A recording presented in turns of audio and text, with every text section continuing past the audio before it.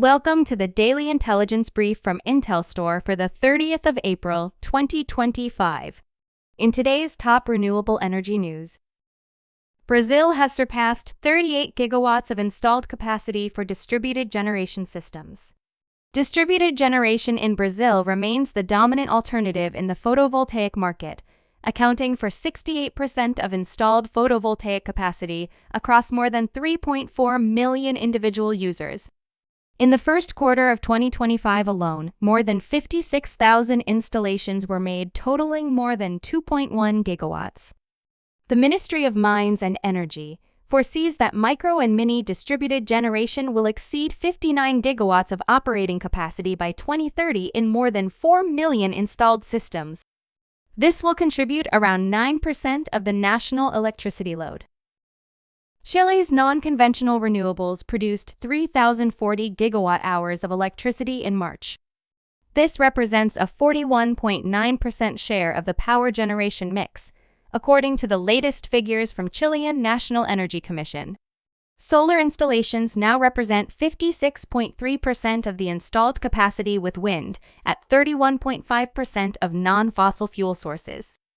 The total net installed non-conventional renewable energy capacity in Chile reached 17.348 gigawatts in March.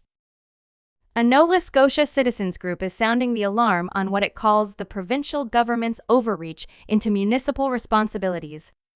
Under the amended regulations, the setback distance for wind turbines must be at least 4 times the turbine height.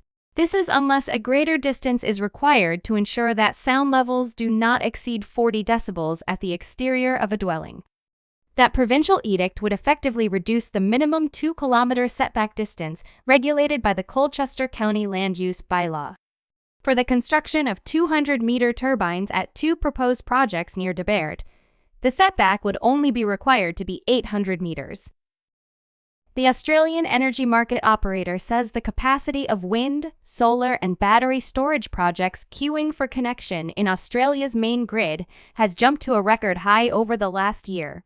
The increase has been driven by battery storage project proposals, which have nearly doubled from 11 gigawatts to 20.5 since the same time a year ago. Wind projects grew from 7.5 to 8.7 gigawatts, and solar projects from 10.2 to 12.1. The total in the queue is now 51 gigawatts. The Dutch government has revised its offshore wind plans, scaling back its targets and eliminating one proposed development zone to allow greater access for the fishing industry. This is according to a new draft amendment to the North Sea program. The target for offshore wind energy has been adjusted from 50 gigawatts to 21. However, there's also room left free for fishing activities in the future wind energy areas. You can learn more about all of IntelStor's market and sales intelligence offerings at www.intelstor.com and subscribe to our channel today.